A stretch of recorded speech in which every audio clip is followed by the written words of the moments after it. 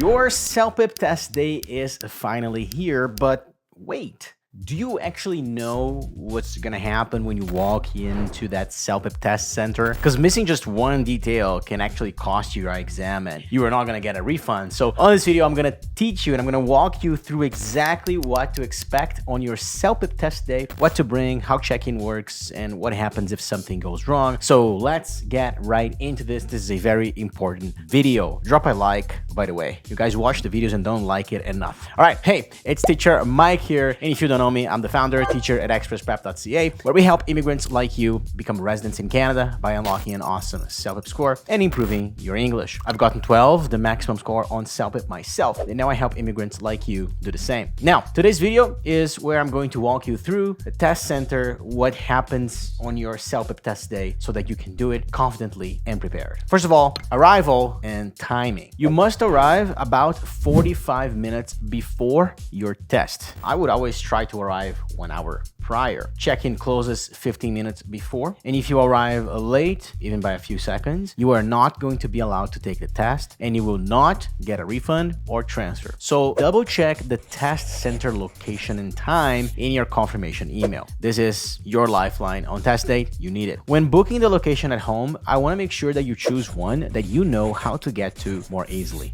Give yourself time for things that go unplanned. 2. What to bring. Look, you don't bring many things into the test center. You can only bring your original, valid, and unexpired ID that you use to register for the test. Usually it's the passport and a digital or printed copy of your test confirmation email. You don't bring nothing else inside the testing room. Number 3, prohibited items. Yes, there's things that you cannot bring. Now, obviously, you can't bring your phone and any other electronic devices into the room. You can't bring food or drinks, study notes, pens, pencils, watches, jewelries, coats, hoods, hats, unless for a religious or medical reasons, you are probably gonna have to put them into a locker or a bag where the people in the room are going to give it to you. Number 4, check-in process. It's actually very easy. Your cell phone will obviously be off completely and you're gonna put it into a locker or a bag. Some centers have a metal detector, but some don't. You're going to be asked for your ID, of course, a signature, and you're going to take a photo when you arrive and you do your check-in. You are going to then be given a paper, and that paper is going to have a pin, and then you're going to go into your workstation. That pin is what you're going to use to start the test, which then takes me to number 5, starting the test. So what's going to happen is you are going to use this little pin on your paper and you're going to use it to log in to the computer, and you are going to do a microphone check and you're going to read some information on the screen. Then you're going to wait for the staff to give you a start code and you are going to begin your test. 6, during the test, that's actually super important. Now, the most important thing that you need to do immediately is to stay seated, never stand up, and don't talk to anyone for any reason, okay? If you need help or anything, just raise your hand and wait for someone to come in. Washroom breaks are allowed, but you have to be escorted, and the timer won't stop.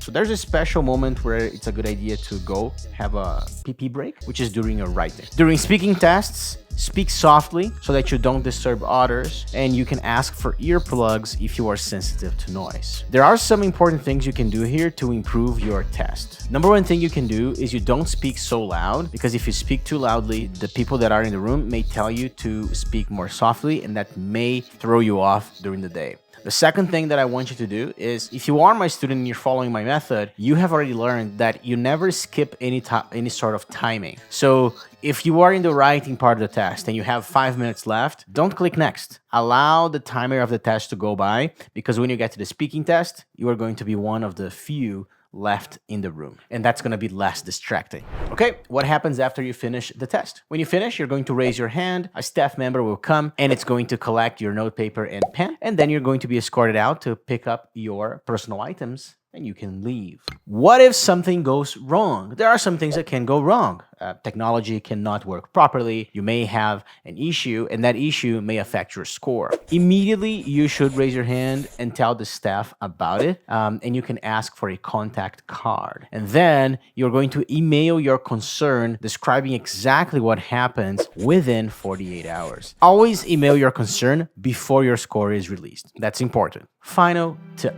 If you follow all these rules and you stay calm, your test day will be smooth. It's going to be stress-free. Just remember, this is your chance to show everything that you've prepared for. So take a deep breath and trust your training as long as you've had good training. If you didn't have good training, it's normal to be completely nervous because you don't know what you are doing. Now, if you found this video helpful, make sure to subscribe, hit the like button, and if you want to practice with real test simulators, access our CELPIP test simulator for free at the link below in the description. And of course, if you want to have expert feedback on your writing, speaking, have lessons with me, and have a guaranteed program that is actually going to guarantee your score and be part of more than 5,000 students who have gotten amazing scores, just like the ones you may need, all you have to do is click the button in the description to talk to one of our student advisors. Good luck on your test day. You got this. For those of you who are becoming my students, super excited. And for those of you who are not my students yet, but you're watching those videos, I appreciate you. Hit the like and subscribe so that this video can reach more people.